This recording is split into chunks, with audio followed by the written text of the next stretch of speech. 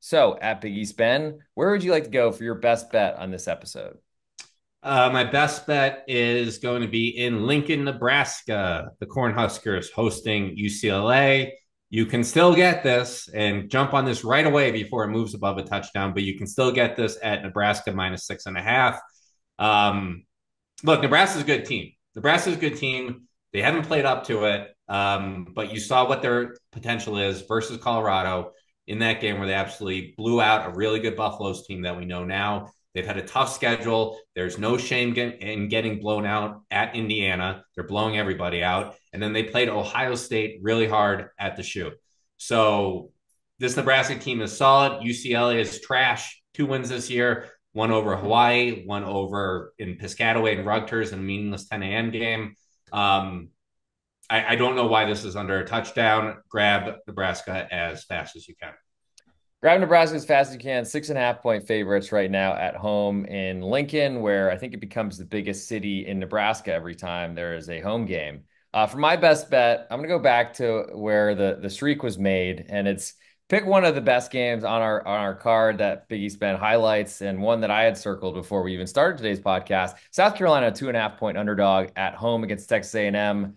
It does feel a little bit weird to go A&M as my best bet last week, but now I'm fading them this week. But to me, it's all about home field, soon to be about home court. Stay tuned for the Need for Seeds College Basketball Podcast, and that is going to do it for this, the Need for Screens College Football Podcast, presented by the pregame.com podcast network. Grab at Big East Ben's Nebraska -6.5, and my at the real underscore G Warner South Carolina +2.5. Use that promo code, throw it in there, save $10. Catch 10, CATCH, like the fine catches that everyone's partners are. Catch 10, save $10, and we'll see you next week on the Need for Screens College Football Podcast.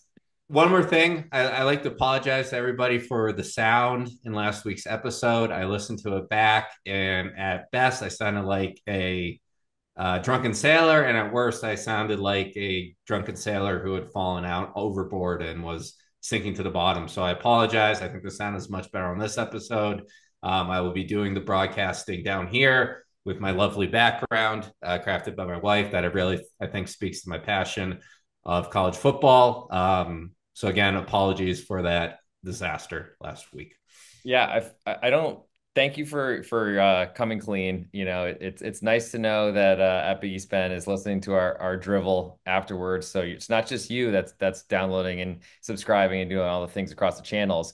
I'm just curious, like, are those like winter flowers? Like, are they? I would love to know if you could kind of describe them for the audience in case anyone's not watching on video. They're not real flowers. But are like okay, okay, but like, what season do you think they were designed for? Was where I was going for. I wasn't like questioning if they were real and existing and we watered them. Uh, Yeah, I mean, I think they're from our wedding. Oh, even better. So I think it's winter. I mean, they look dead, even though they're not alive. Well, So I would go with winter. But yeah, if you ever want to start a floral arrangement spinoff, I think we got the material. the need for seeds. I Podcast presented by Premium.com. We were actually this is all a front so that we could get through college football season to college basketball season to then really go the green thumb direction because we are truly florists at heart. And that is probably more than we should give to any of you listeners. Thank you for if you haven't seen the video. I don't know if this is going to make it to video, this portion. Hopefully it does. But if not, Ben's got a really nice floral display. And I'm sure it wasn't pulled out of the ground outside of his wedding venue. And